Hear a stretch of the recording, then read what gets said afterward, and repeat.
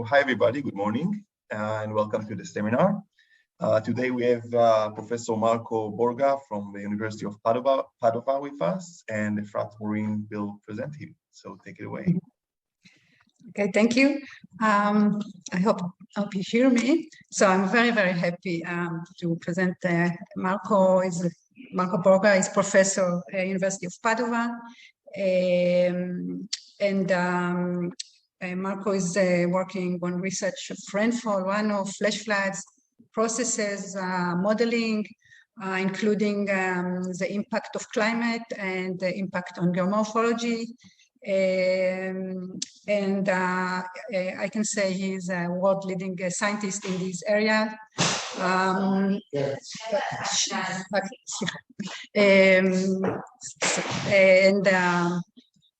The works by Marco are really impactful. All the hydrological community.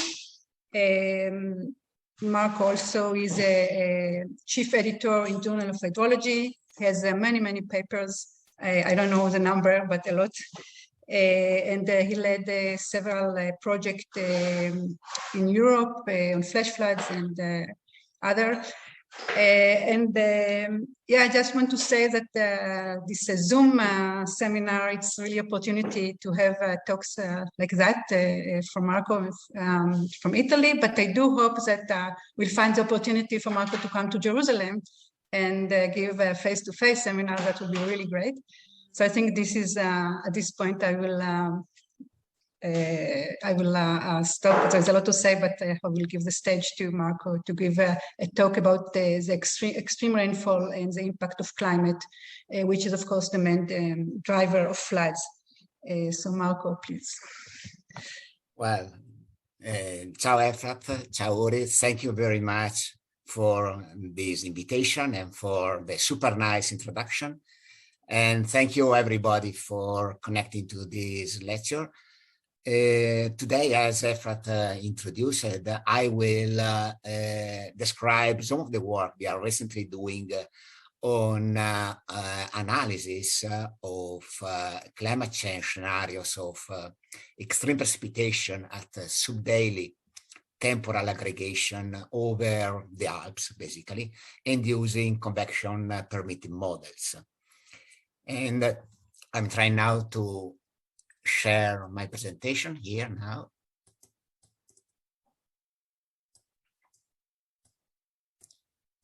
This one. First of all, this is the title, and I need to acknowledge the co-authors of all this effort. So Francesco Mara, and probably this is not someone who is not known in Jerusalem.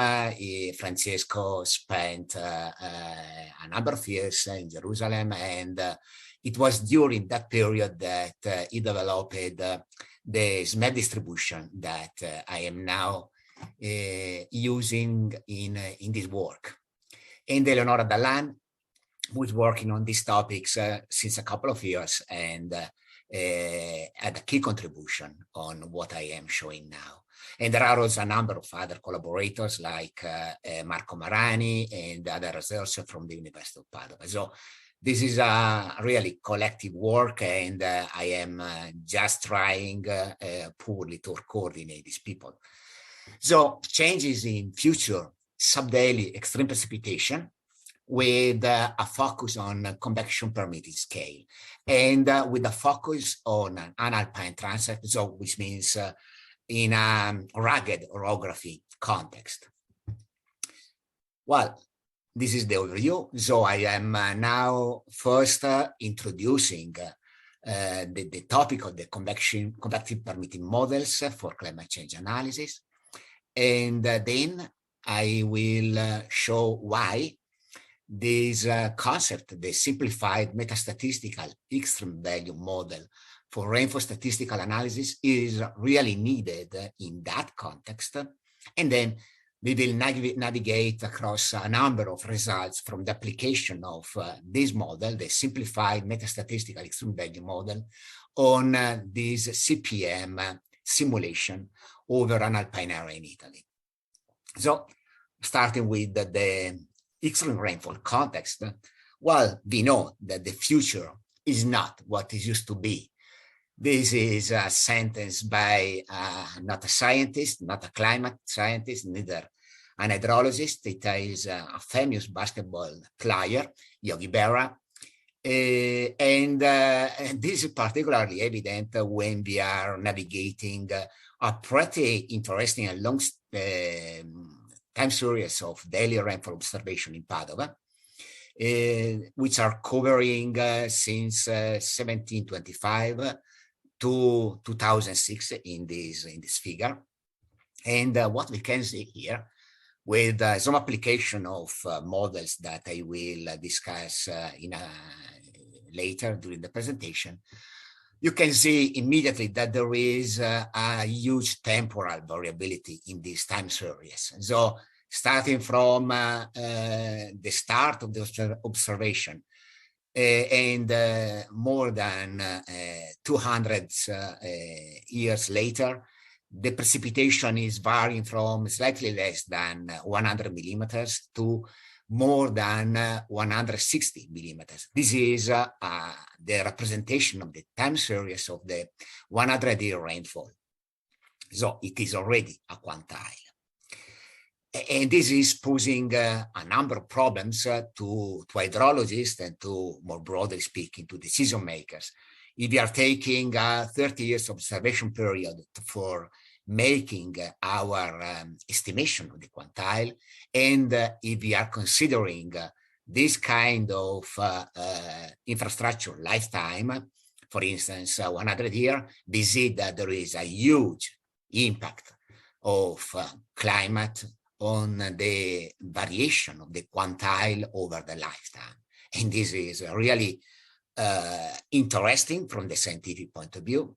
And it is really a problem, a real issue for the decision makers and who is dealing with the design of the structure when deciding about the design value to be considered for the structure without knowing what will happen in the future. We know that huge variation were in the past, and the variations are even more extreme in the far future, in the near and far future. You may see here in the last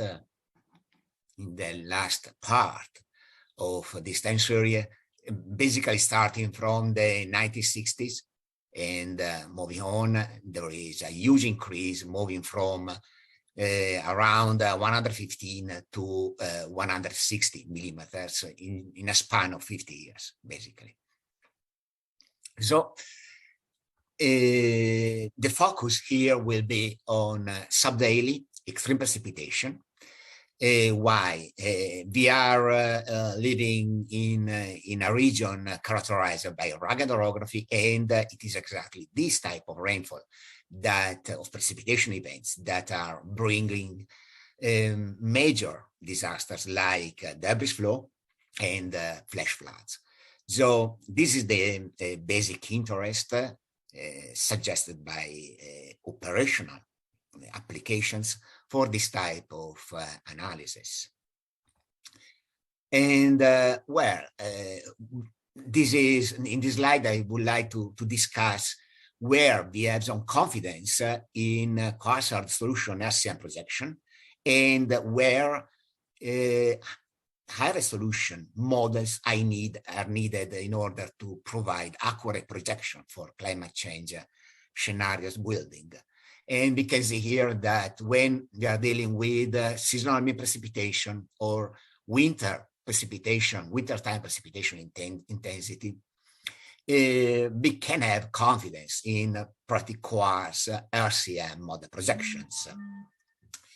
The same is when we are dealing with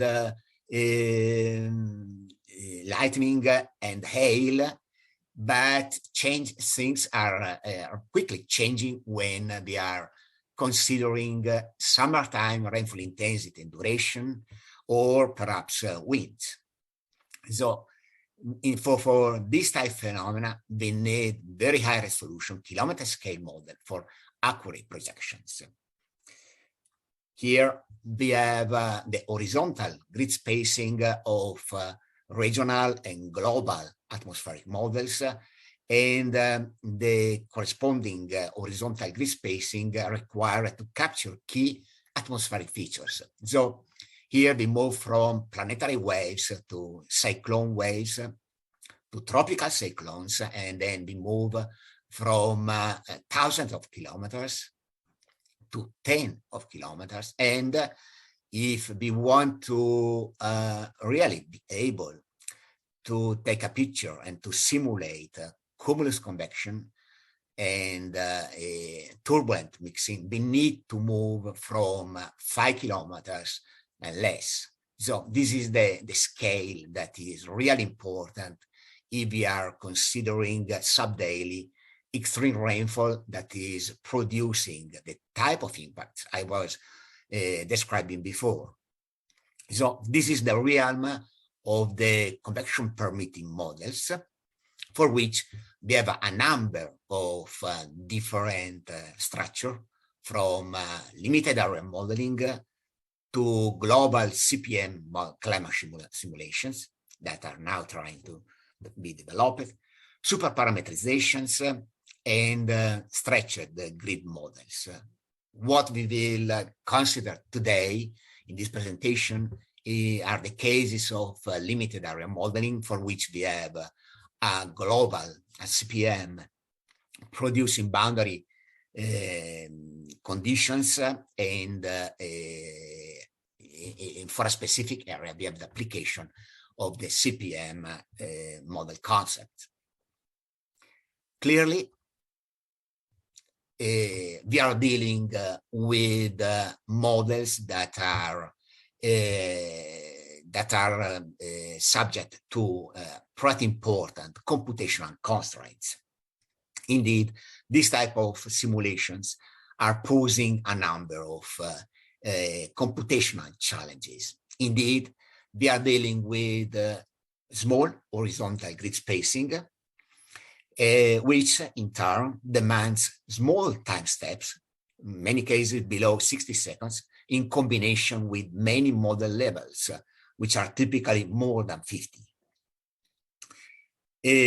And we have domain size that might range from millions of grid elements for mesoscale river catchments to hundreds of millions for continental domains.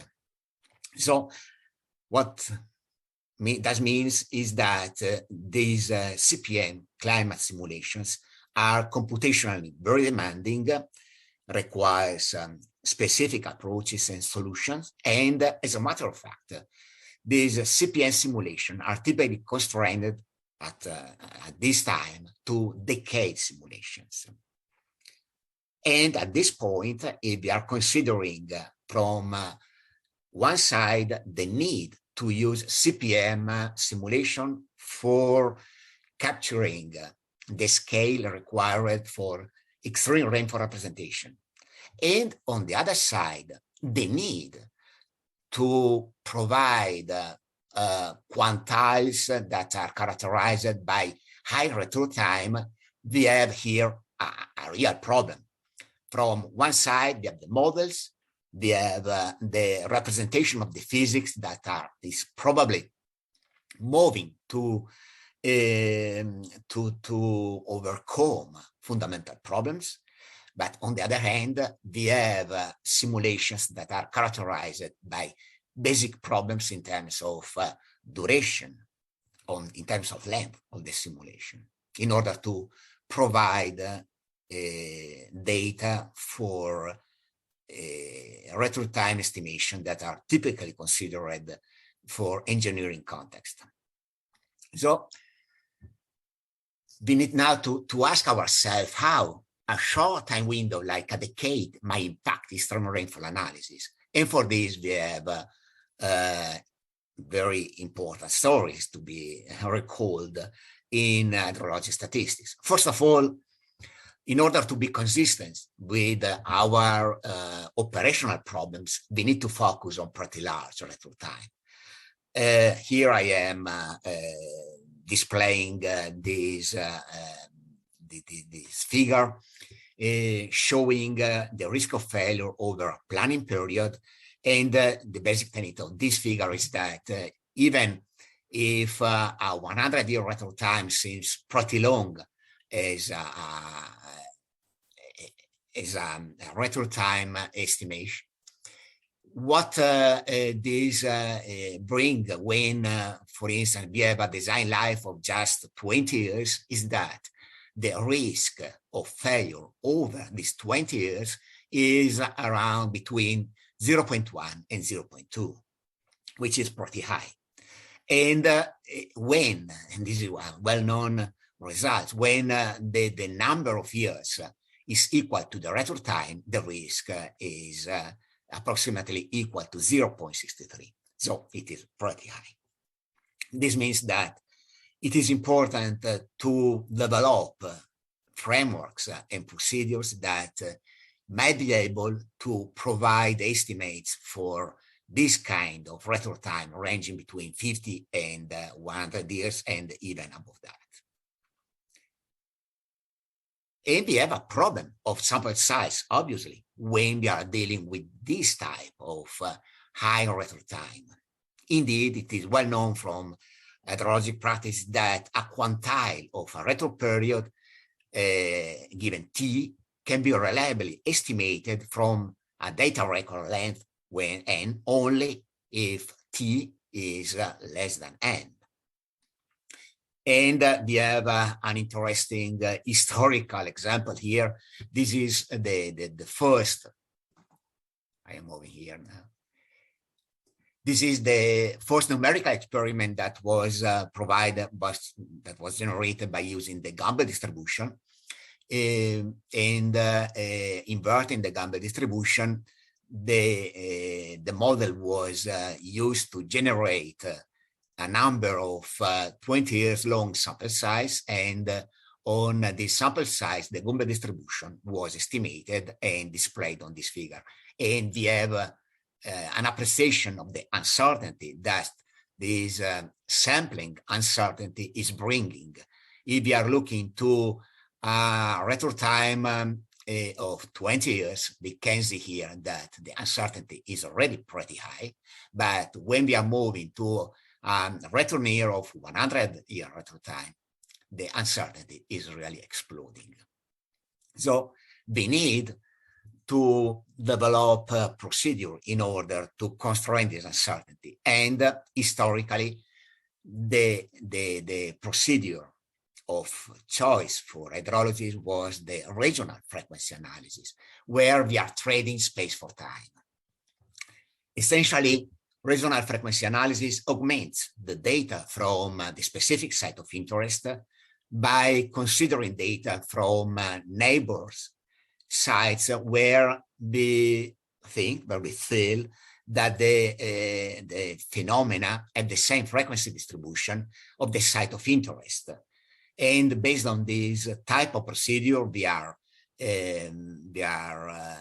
transforming each data into a dimensionless series by dividing the annual flood series by an index flood or an index precipitation. We are pooling all this data, and we are estimating growth curves like the red one here by using models that might be able to fit this type of observations. Of course, this is great.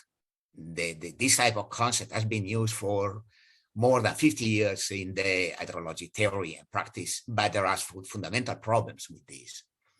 The problems are that the type of estimates are basically limited by statistical dependency between the events and the data that are collected, because we need to recognize and identify regions that are statistically homogeneous, which is something that we don't know really if it is true, and therefore we remain with this problem. And this is the point where the SMEV, the simplified metastatistical extreme value, is providing a solution. And now I am introducing this concept. So the metastatistical extreme value approach. For this case, we are no more considering annual maxima, which is the basic approach for hydrologists dealing with extremes, but we are dealing with ordinary events. So extremes are considered to be rare samples of ordinary events. We are considering a number of yearly events n, as I reported here, and we are considering that identical distribution, like the F reported, it holds only in each year. And therefore, if we are considering this type of assumption, we can develop a model like the one written down here, where we have the M values, and F is the identical distribution which are valid for each single years. And the ordinary events are represented here with X, whereas theta is representing the estimated parameters, which are 3 in the case of the Bible distribution. And therefore, if we have M years, we have 3 times M number of parameters. The application of the MEV, the metastatistical extreme value approach, is based on these steps: extraction of all events in each year, computing the number of events for any single year, estimating the parameters of the distribution function. And in this way, by design, this approach accounts for non-stationarity because we have a function for each year. For this, so far, the Weibull distribution has been used, and results critically depends on the assumption that the Weibull hypothesis is valid. Here are a number of advantages on applying the MEV concept. Here on the right, you see a comparison between the MEV in red with the annual maximum time series approach, and with the threshold, the above threshold approach for in terms of bias. And what you can see here, where in the x-axis you have the ordinary events per year, and on the y-axis you have the magnitude of the bias, you see that the MEV approach is for all the number of ordinary events that are considered here, is providing pretty unbiased results, particularly with respect to the use of AMS. And this is for different values of missing extreme values. The same is valid for the comparison, for instance, with the JEV, the generalized extreme value, in estimating rare quantiles. And here we have the comparison in terms of record length used for parameter estimation, and the length of the retro period for which we need quantiles. And you can see that this is the one-to-one line. And when we are applying the MEV for high retro period computation based on pretty short record length, which is the case we are considering right now, the advantages of using the MEV are really evident.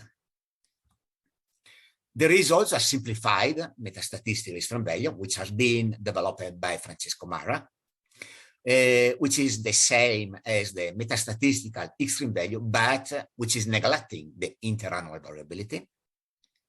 With this type of approach, it is possible to consider multiple types of ordinary events. And again, we are using here, and we will use consistently in all the work here, the Weibull distribution. The application of the SMEV is articulated, as you can see here, extract all ordinary events, compute average number of events per year. This is no more varying during the time series, identifying the portion of data which best fulfills the Babel hypothesis, and then we estimate the parameters, etc. No stationarity in this case is not explicitly allowed. We have here an example of application. This is a case study from Israel, where we have the JEV, which is, we have the JEV used as a regional analysis from night station. So with a number of stations here, more than 150. And this is this black dotted line. So this is the reference, basically. We have the application of the JEV on just the 26 years, this dotted point here, the 26 years of data, and we can see that an important bias is emerging, and which is increasing with the return time. And we have the application of the SMEV with the 26 years of data, for which we consider not only the annual maximum, but all the ordinary event. And we have also the same SMEV, but without explicitly including the annual maxima. So we obtain this red dotted line, removing the annual maxima from the consideration.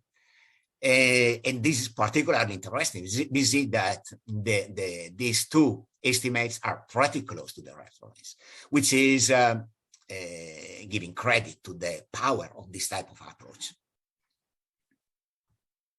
And now we are moving to the case study.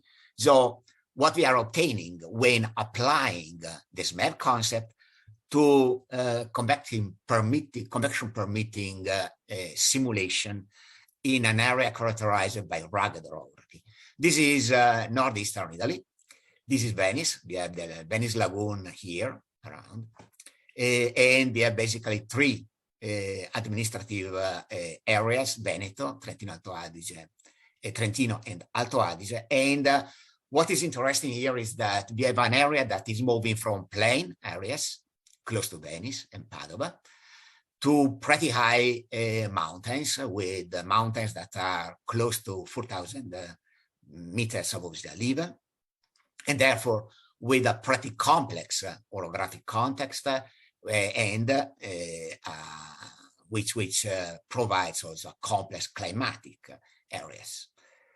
For this area, we have collected 5 minutes time series of precipitation, of rainfall data over all these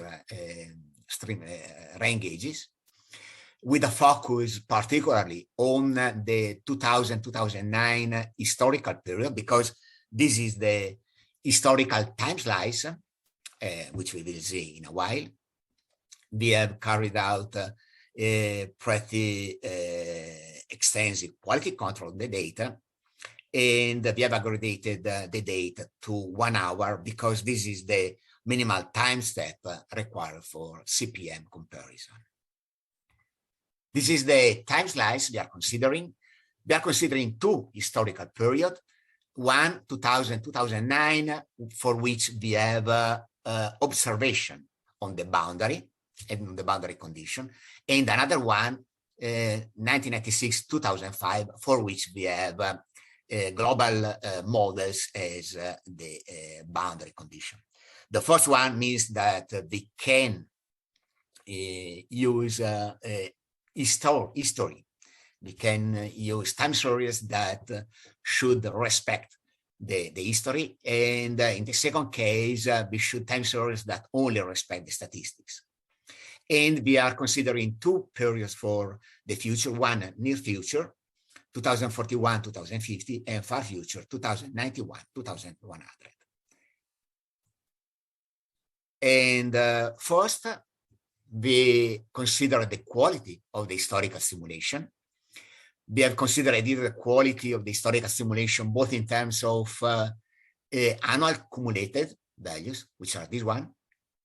And you can see that these are pretty good in terms of bias and in terms of variability.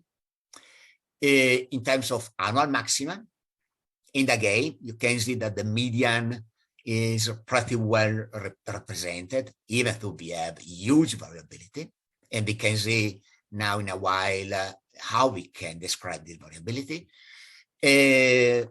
I will not mention the parameters here because, well, I would like to focus more on the quantiles.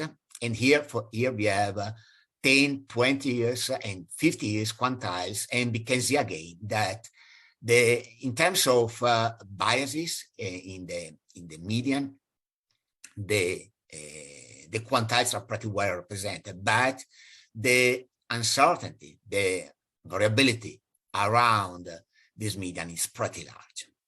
It is clear that one basic source of problems, one of the sources of uncertainty is related to the orography. And before moving to the orography, here we have the description of the scatter plot of the quantiles. So again, we have different temporal aggregation from 1 hour to 3 hours to 24 hours, and different return times, 2 years, 20 years. And we can see that for 24 hours, the CPM, the convection permitting models, are representing the extreme at a pretty good level for both the 2 years and the 20 years return time. But when we are moving to shorter temporal aggregation, to 3 hours and to 1 hour, the accuracy of this representation is quickly lost. Indeed, we have a problem, particularly with the representation of the impact of orography on the convection processes, that is emerging clearly here. And here we can see how the orography is impacting the rainfall patterns, and how this impact is represented in the convection permitting models, and where an important source of errors arise. In this area, we have an important orographic impact that is developing in the way we are observing. These are the slopes. In this figure, we have the slope of the relationship between quantiles and elevation for the different duration, from 1 to 3 to 6 to 12 to 24 hour duration. What we can see is that in the observation, we have slopes that ranges from negative to positive. So for 30 short rainfall duration, from 1 to 6 hours, the precipitation is decreasing with the elevation. And for temporal duration from 12 to 24 hours, the precipitation is increasing with the elevation. This is a characteristic that is not pertinent to this area only, but we have seen this in Israel and in other areas as well. There was an important work done together with Efrat and with Francesco in Israel that is reporting exactly this type of behavior.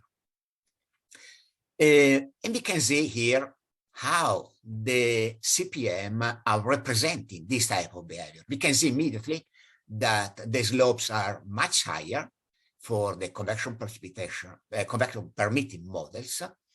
So for 1 hour, we can see that the slope is negative, but at 3 hours and for longer accumulation, the slopes are all positive.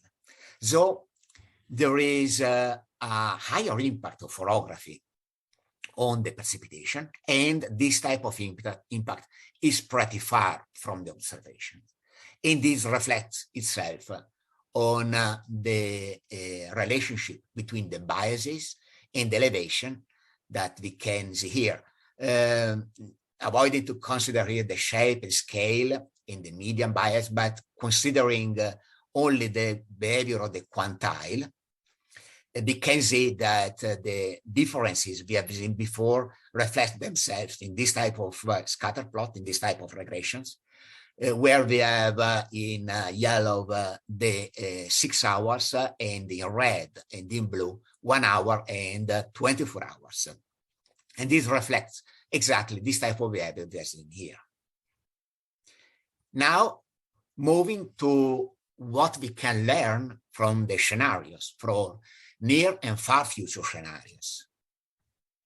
So first, these are the description of the data in terms of mean annual maxima, for in terms of the ratio between near minus historical divided by the historical.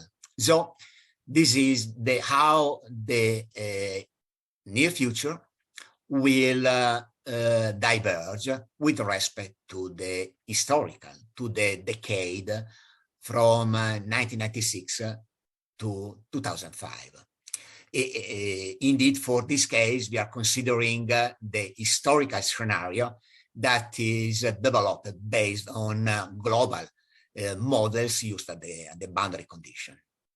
You can see here that the impact is pretty heterogeneous at all duration. You can see that we have here colors ranging from this yellow to green colors. Yellow colors means negative values, green colors means positive value, and we can see that the two different colors are spread over the different durations. So we have both underestimation, negative value, and positive value as an impact, a relative impact. What is interesting also is to see how the values of the parameters are reflected in this comparison. Here we can see that the alpine border is characterized by a quick and important decrease in the value of the M parameters, so the number of ordinary events that are considered for the model application.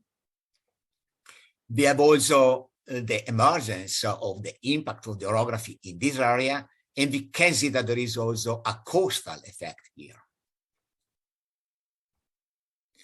This is for the scale and for the shape, but I will not consider this. And we can see here the, oops.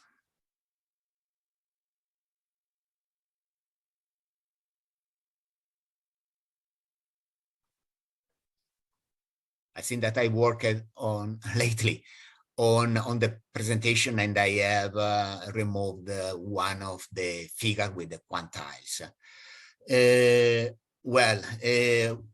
Because this last slide was aimed to represent not the shape and scale parameters but the quantiles, and it has been removed from the presentation.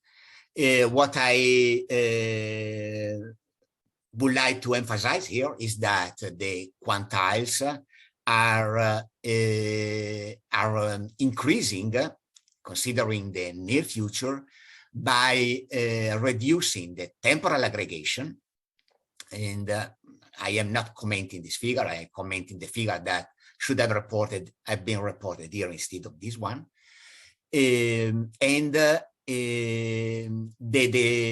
increase again is accompanied by pretty important variations, as it is clear from the ranges we have seen here for the shape or for the scale parameters, which means that essentially for the future, this type of model tell us that the variation will be important, particularly at subdaily temporal aggregation, particularly at temporal aggregation from 1 to 6 hours, and that this type of variation will be really shaped by the orography. We know on the other side that it is exactly the orography that is represented in a limited way by these type of models, and therefore it will be really important to apply suitable correction techniques in order to understand well how the orography can really have an impact on the quantiles emerging from the analysis. I'm sorry for having removed the one of the key slides, but I hope that the message again has been conveyed to you, and thank you for your attention during this presentation. Thank you, really. Right. Thank you so much, Marco, for a great talk. And questions. If you have a question, you can just unmute yourself and ask away.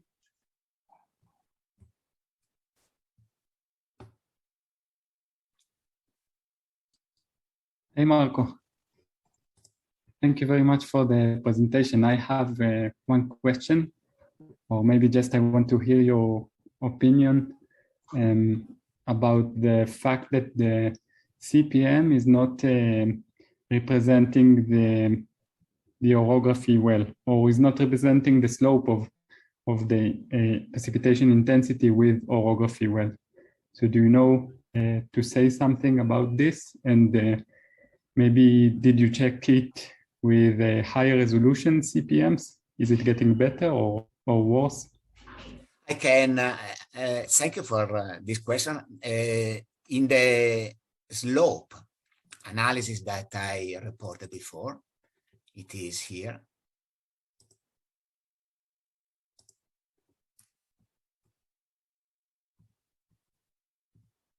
This one. Here we have an analysis considering the 2.5 kilometer size resolution, which is the resolution of the CPM we are considering here, and another one considering the 9 grids, the elevation of the 9 grids that are around that grid. And you can see here, these are the slopes computed by considering the original grid size, and the other one, you can see this type of color, considered estimated by considering the 3x3 area around each grid. You can see that essentially there is, for this type of behavior, there is not much difference. So this type of error is really not linked to the representation of the orography, but at this scale, I think what I would like to transfer to you in my reply, in my answer, is that when we are considering the influence of the orography in terms of some inverse orographic relationship like the one we are considering here, we don't see an emerging important effect of the representation of the orography in the analysis of the CPM results. But when we, based on the literature is telling us that the errors in representing the convection are really linked to the grid size used in describing the orography and on the model, the type of models that are used to describe how convection is linked to the orography. And most of the errors that I have considered and discussed here are really aligned with this type of suggestion emerging globally from the literature. So grid size is important in terms of model appreciation, and we expect that in future, when more powerful computer and more detailed model will be made available with different scheme for representing the turbulence probably some of the errors we are discussing now will be overcome. So I think that this could be one of the next challenges for this type of application. I have a question. Sorry for the noise here. If I got it right, the number of events went down on average? I think this is what I saw in the slides, the N. Is that right? N. Yeah, the number of, yes. Okay, so this is, so you see, this is what you see, like a negative trend in the events. In the events, yes. One of the interesting facts that are from the application of this type of models is that some of the parameters have a physical meaning, and this is the case for N. The N, the number of events per year, has an important physical meaning, and has also an important effect on the estimates. And therefore, these can be used to in a sense, discriminate some type of simulations and some type of results from the application of SMEF to simulation that can be less reasonable than others. Thank you. Do you have more questions? All right, I think, Marco, that you're off the hook. So I'd like to thank you again for this wonderful talk. And just to let everybody know that next week we won't be having a seminar. We have the GSI, annual GSI meeting is on. And we'll be meeting each other next time after Passover, right? So yeah, that's it. Thank you so much. Thank you very much, Uri. Thank you so much, Efrat, and all of you for your attention and for this kind of invitation. Thank you very much, Marco. I hope to be with you in the next future. All the best. Yeah. Come to Jerusalem. Thank you. Bye. Okay. Bye-bye. Ciao. Bye-bye.